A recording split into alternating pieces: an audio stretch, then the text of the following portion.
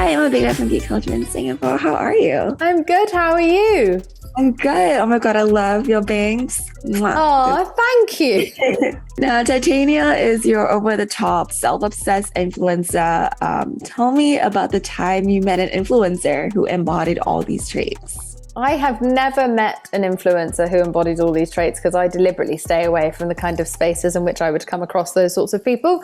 But I live online, so we all know who these people are, and I got to pull little bits from each of them and create Titania as a kind of collage of just all the worst people on the internet.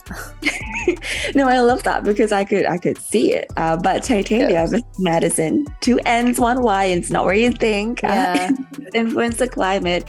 Who would have more engagement, you or her? Oh God.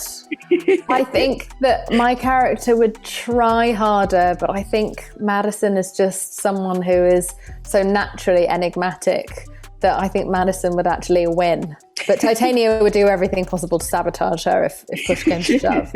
Yeah. So what is your hot take on influencer culture, though? Oh, I think influencers can be fine. I just think that the ones who sell products that don't really help people and who sell a fake, unattainable lifestyle and appearance are kind of the villains of our generation. And so it felt very fitting and very clever of Jessica Gao to write a supervillain as that, because they have the power of these huge platforms. And so they really do a lot of damage, and it was really fun and important, I think, to satirize them. That felt better than scolding them. Finding a way to kind of show how ridiculous it is that people behave in the way that Titania does is I think quite effective to have that conversation in a way that feels a bit more tongue-in-cheek. What will it take for Titania to have her own series? Oh, I don't know, but that would be so fun and so ridiculous and so full of celebrities, I imagine. Yeah, that would be wild, but I would love that. It would take the fan base liking me and pushing for something like that, I imagine, but I have no idea. I'm not going to count my chickens. If I get to do anything else in Marvel, I will be really happy, even if it's catering. After thinking about anything else in Marvel, what else in the MCU do you think Titania will pop up, or where do you want to pop up? Well, the character's got beef with everyone. She's got beef with Spider-Man, with Thor. All of the X-Men. There could be place for her in Thunderbolts, or there could be place for her in Deadpool. Like, there's so many. She really is hated by everyone. And so that opens a wealth of possibility for me. I've chosen the most annoying character in the MCU. Just chef's kiss. And so hopefully I get to do it again. I would love to. And I something happens to me when I put on that red wig.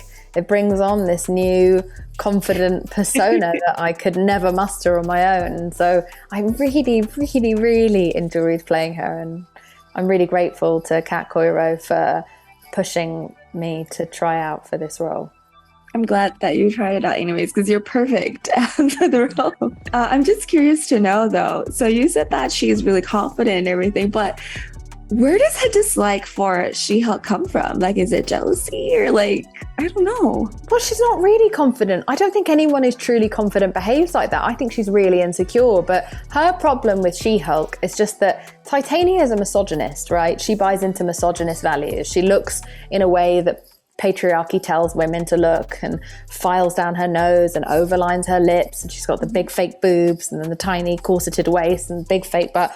And I think on top of that, she believes that there could only ever be one girl at a time, one strong, powerful, tall woman at a time. And so I think she follows that scarcity mindset to just want to destroy any woman who comes along and tries to take her place, woman or man. Titania throughout the years has got beef truly with everyone and anyone who she feels threatened by.